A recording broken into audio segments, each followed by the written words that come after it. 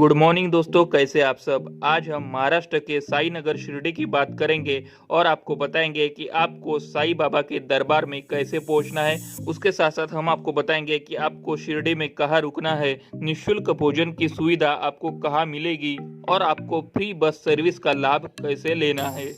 और उसके साथ साथ हम आपको ये भी बताएंगे कि आप शिरडी में स्टे कहाँ कर सकते हैं और आप वहाँ कौन कौन से प्लेसेस को जो है वो विजिट कर सकते हैं। तो दोस्तों चलिए दोस्तों वीडियो को प्रारंभ करते हैं, पर मेरी आपसे एक रिक्वेस्ट है कि आप वीडियो को एंड तक देखना। अगर वीडियो पसंद आए तो वीडियो को लाइक करना, चैनल पे न्यू हो तो चैनल को सब्सक्राइब करना और हो सके तो इस वीडियो को शेयर भी कर देना।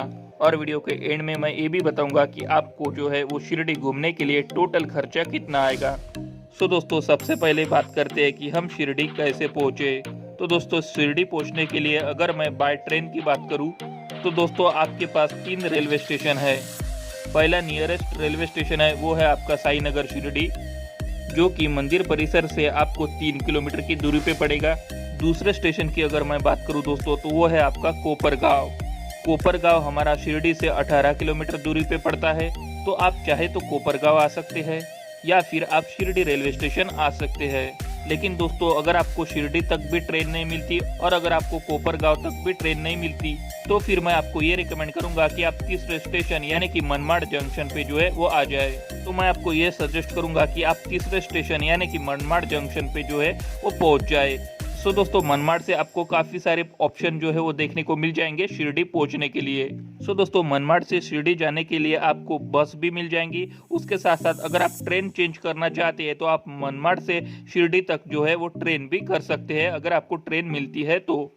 सो दोस्तों मनमाड़ से शिरडी की बस की फेयर की बात करूँ तो वो आपको 75 रुपये पर पर्सन जो है वो लग सकता है। और अगर आप टैक्सी का उपयोग अगर करना चाहते हैं, आप अगर टैक्सी से अगर मनमाड़ से शिरडी जाना चाहते हैं तो वो आपका पर पर्सन जो है वो 150 रुपये तक ले सकते हैं। तो आप अपने सुविधा के अनुसार या तो बस ले लीजिए या फिर टैक्सी ले लीजिए, और अगर आपको ट्रेन मिले तो आप ट्रेन से भी जो है वो मनमाड़ से शिरडी जा सकते हैं। तो दोस्तों ये तो था आपका ट्रेन का ऑप्शन। दूसरे ऑप्शन की बात करते हैं हम दोस्तों, वो है आपका बाय रोड, कि आप बाय रोड शिरडी कैसे पहुंचे। सो दोस्तों आप महाराष्ट्र के किसी भी बड़े शहर से अगर शिरडी बाय रोड आना चाहते हैं तो आपको शिरडी के लिए नेशनल हाईवे जो है वो देखने को मिल जाएंगे। तो अगर आप बाय रोड शिरडी के लिए महाराष्ट्र के किसी भी बड़े शहर से आना चाहते हैं तो आपको जो है वो नेशनल हाईवे देखने को मिल जाएगा। तो आप नेशनल हाईवे के थ्रू जो है वो बाय रोड शिरडी पहुंच सकते हैं। और आप बस से भी शिरडी पहुंच सकते हैं बाय रोड, और अगर आपके पास प्राइवेट व्हीकल है तो आप प्राइवेट व्हीकल के थ्रू भी जो है वो शिरडी बाय रोड पहुंच सकते हैं। तीसरे ऑप्शन की अगर मैं बात करूं दोस्तों तो वो है आपका फ्लाइट की अगर मैं बात करूं दोस्तों तो वहाँ पे आपका शिरडी में ही एक एयरपोर्ट है जो कि अभी अभी बना हुआ है, और शिरडी से जो एयरपोर्ट है हमारा उसकी जो दूरी है वो 15 किलोमीटर है। सो अगर आप फ्लाइट से आना चाहते हैं तो आप शिरडी एयरपोर्ट भी पहुंच सकते हैं। चलिए दोस्तों हम शिरडी पहुंच चुके हैं।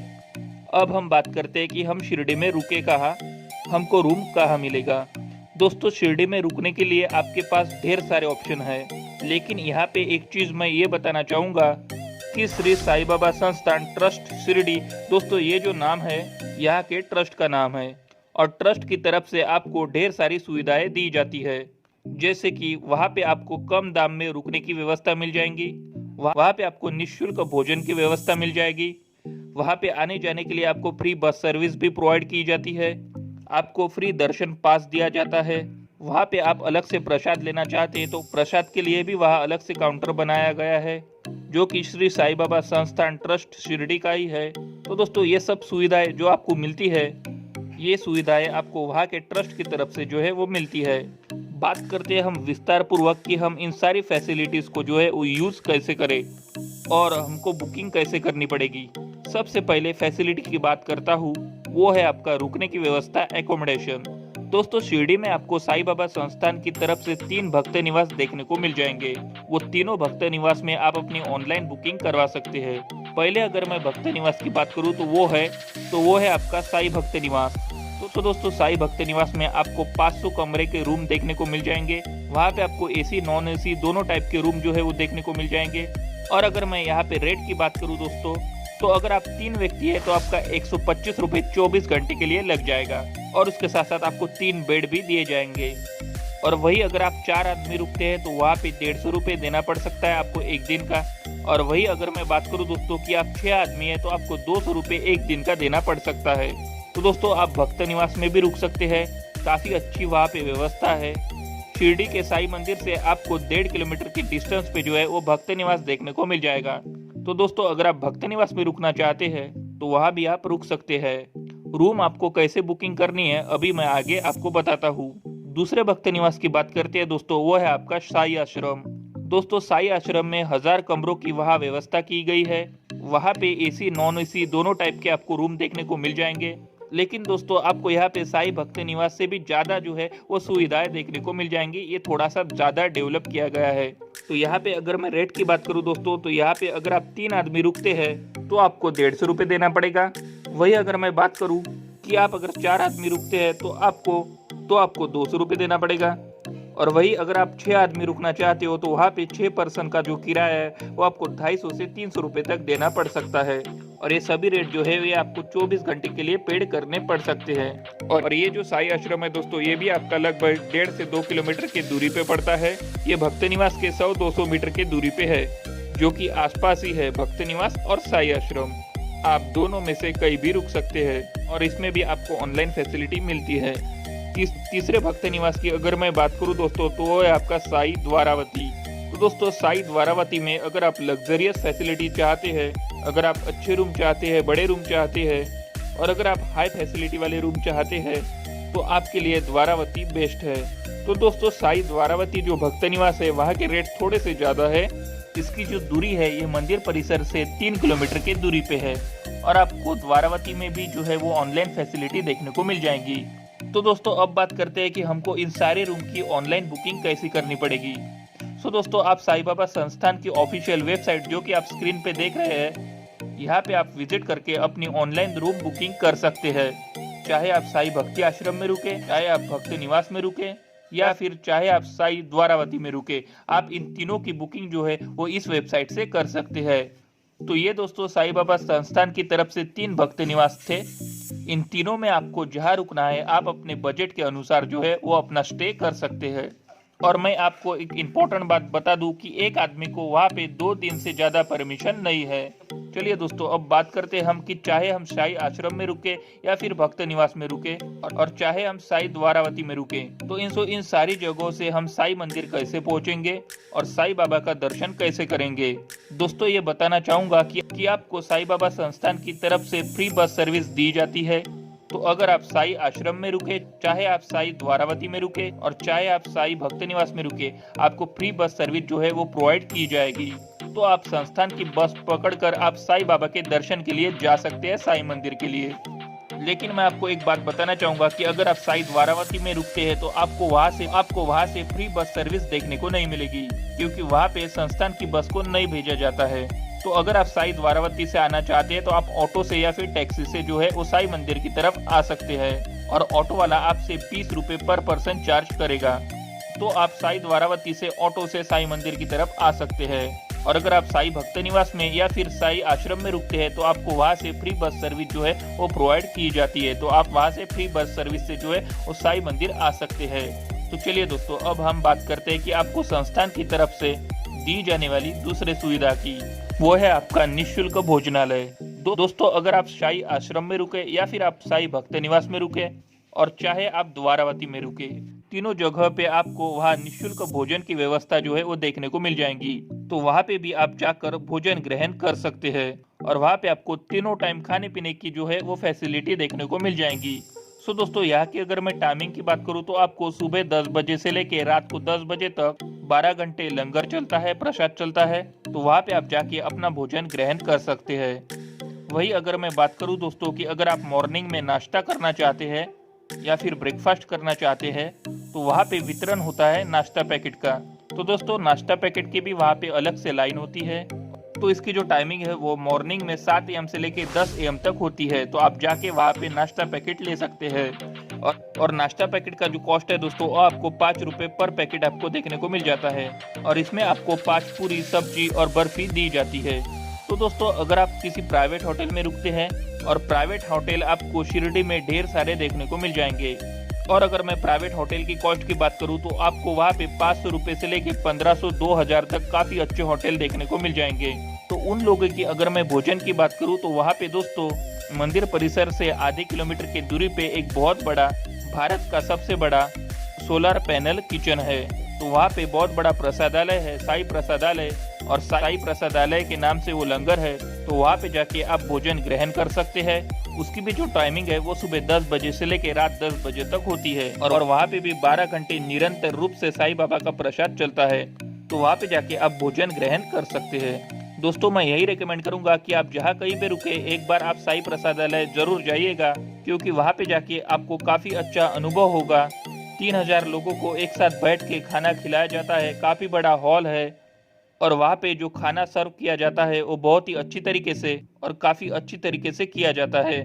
पहला राउंड आपको दिया जाता है, वहाँ पे ट्रॉली में वो लोग खाना लेके आते हैं, आपको एक ट्रिप देते हैं और एक लाइन जब पूरा हो जाने के बाद वापस से दोबारा ट्रिप मारते हैं और अगर आपको फिर से कुछ भोजन चाहिए तो आप ले सकते हैं और उसके बाद उस लाइन को कंप्लीट कर दिया जाता है। तो मैं आपको रिकमेंड करूंगा कि एक बार आप साई प्रसादालय जरूर जाइएगा, काफी अच्छा आपको वहाँ पे अनुभव होगा और काफी अच्छा नज़ारा देखने को मिल जाएगा। चलिए दोस्तों आगे बढ़ते हैं हम साई बाबा के दर्शन की तरफ।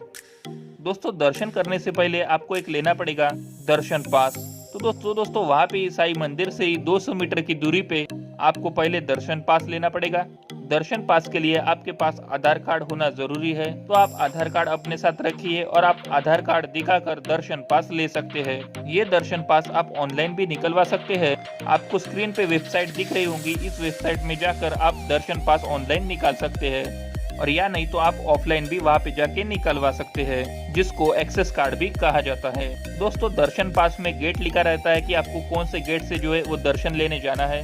तो आप दर्शन पास पे वो गेट नंबर देख लीजिए। जनरली गेट नंबर 2 से आपको दर्शन के लिए भेजा जाता है, तो आपका जो भी गेट नंबर है उसमें आप लाइन में लग जाइए और साई बाबा के दर्शन के लिए आगे बढ़िए। दोस्तों ये बताना चाहूंगा कि मंदिर परिसर में आपको मोबाइल, कैमरा, जूते, चप्पल या किसी भी तरीके का बैग आपको ये सब अलाउ नहीं है। दोस्तों अगर आप दर्शन करने से पहले जिस भी गेट से आपका एंट्री है तो आपको वहाँ पे हर गेट के पास लॉकर फैसिलिटी देखने को मिल जाएंगी।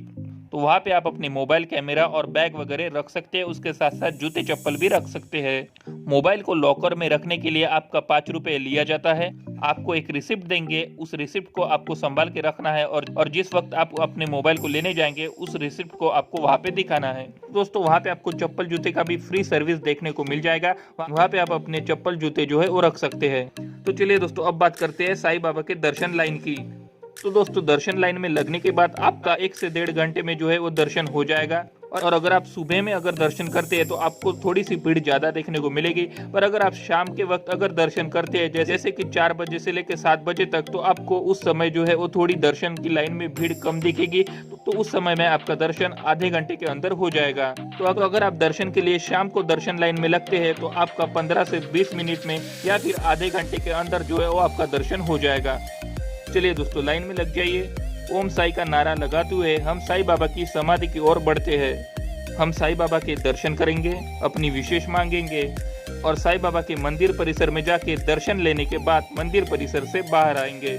दोस्तों साई मंदिर से जैसे ही आप बाहर आएंगे तो वहाँ पे आपको दर्शन करने के बाद एक भभूति की पुड़ी जो है वो देखने को मिल जाएंगी। आपको वहाँ पे दर्शन करने के बाद एक पैकेट दिया जाता है। आप वहाँ पे जितने बार दर्शन करेंगे उतने पैकेट आपको वहाँ पे मिलेंगे। हर दर्शन में आपको एक पुड़ी पैकेट दिया जाता है। तो आप साई बाबा की भभूति लीजिए और आगे बढ़िए। दोस्तों अगर मैं बात करूं कि आपको मंदिर परिसर में और कौन कौन से छोटे छोटे मंदिर है तो उनकी भी हम बात कर लेते हैं। तो दोस्तों वहाँ पे चावड़ी मंदिर पड़ेगा, तो वहाँ पे चावड़ी मंदिर में जाके भी आप दर्शन कर सकते हैं।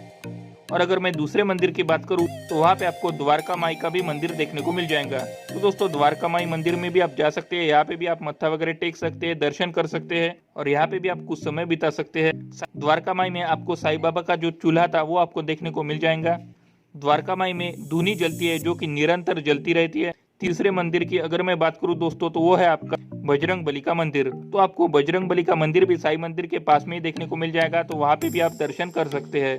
मंदिर परिसर में ही आपका गणेश जी का मंदिर, शनिदेव का मंदिर और शंकर जी का मंदिर है, तो वहाँ भी आप दर्शन कर सकते हैं। और उसी मंदिर परिसर में गेट नंबर 1 की तरफ वहाँ पे आपको दत्त मंदिर भी देखने को मिल जाएगा। और वहाँ पे आपको एक नंदादीप भी देखने को मिल जाएगा, तो वहाँ पे भी जाके आप दर्शन वगैरह कर सकते हैं। तो ये सारे आपको मंदिर कैंपस के अंदर ही छोटे छोटे मंदिर देखने को मिल जाएंगे, तो वहाँ भी आप जाके अपने दर्शन कर सकते हैं। चलिए दोस्तों बात करते हैं, दर्शन हमारा हो चुका है। दर्शन के बाद हमको अब प्रसाद की आवश्यकता होगी, तो दोस्तों वहाँ पे आपको साईं बाबा संस्थान की तरफ से वहाँ पे आपको एक शॉप मिल जाएगी। उस शॉप में आप अपना प्रसाद वगैरह ले सकते हैं। जो भी आपको प्रसाद वहाँ से लेना है वो प्रसाद आप वहाँ से ले सकते हैं। चलिए दोस्तों बात करते हैं हम अब कि हमको शिरडी कब जाना चाहिए। दोस्तों यहाँ पे ये बताना चाहूंगा कि शिरडी में केवल 3 ही पर्व में सबसे ज्यादा भीड़ देखने को मिलती है। वो है आपका रामनवमी, दूसरा है आपका गुरु पूर्णिमा और तीसरा है आपका दशहरा। तो दोस्तों इन 3 पर्व में शिरडी में आपको बहुत ज्यादा भीड़ देखने को मिलेगी। बाकी समय आप कभी भी जाइए आपको भीड़ उतनी देखने को नहीं मिलेगी और आपका 1 घंटे में आराम से दर्शन हो जाएगा। और बात करूँ हमको शिरडी में कितने दिन का स्टे करना चाहिए, तो दोस्तों आप 2 दिन आराम से शिरडी में स्टे कर सकते हैं। एक दिन आप शिरडी घूमिए पूरा, और दूसरे दिन अगर आप शनि शिंगणापुर जाना चाहते हैं तो आप शनि शिंगणापुर जा सकते हैं। शनि भगवान का जो मेन मंदिर है वो शिरडी से 75 किलोमीटर की दूरी पे है, तो दूसरे दिन आप शनि शिंगणापुर की ओर बढ़ सकते हैं। तो दोस्तों मैं आज के वीडियो में शनि शिंगणापुर को कवर नहीं कर रहा हूँ, शनि शिंगणापुर के लिए मैं अलग से वीडियो बना दूंगा। चलिए दोस्तों बात करते हैं अब कि हमको शिरडी घूमने के लिए कुल खर्चा कितना लगेगा, हमको टोटल बजट कितना रखना पड़ेगा और हमको टोटल खर्चा कितना आएगा। तो दोस्तों शिरडी को घूमने के लिए अगर मैं एक पर्सन की अगर बात करूं तो वो आपका 1000 रुपये तक आ जाएगा। तो आप 1000 रुपये में जो है वो आराम से पर पर्सन शिरडी में घूम लेंगे। इसका कारण ये है दोस्तों कि आने के लिए 125 रुपये में आपको रूम मिल जाते हैं, फ्री भोजन आपको मिल जा रहे हैं और आने जाने के लिए फ्री बस सर्विस भी आपको मिल जाती है और आपका दर्शन भी जो है वो भी फ्री में हो रहा है। इसलिए आपका शिरडी का जो एंटायर कॉस्ट है वो 1000 रुपये में पर पर्सन हो जाएगा। आप 1000 रुपये में आराम से आप अपने शिरडी का टूर कर सकते हैं। इसमें मैं आपकी किसी भी तरीके के ट्रेन टिकट, फ्लाइट टिकट को इंक्लूड नहीं कर रहा हूँ, सिर्फ आपका शिरडी का जो घूमने का खर्चा है वो मैंने इसमें इंक्लूड किया है। सो दोस्तों ये था टोटल शिरडी के सदगुरु महाराज का दर्शन हमको कैसे करना है, हमको शिरडी में कैसे पहुंचना है। आई होप आपको आज का वीडियो पसंद आया हो। अगर आपको आज का वीडियो पसंद आया हो तो वीडियो को लाइक करना, चैनल पे नहीं हो तो चैनल को सब्सक्राइब करना। मिलते हैं ऐसे ही किसी नेक्स्ट इंटरेस्टिंग वीडियो में, तब तक के लिए बाय।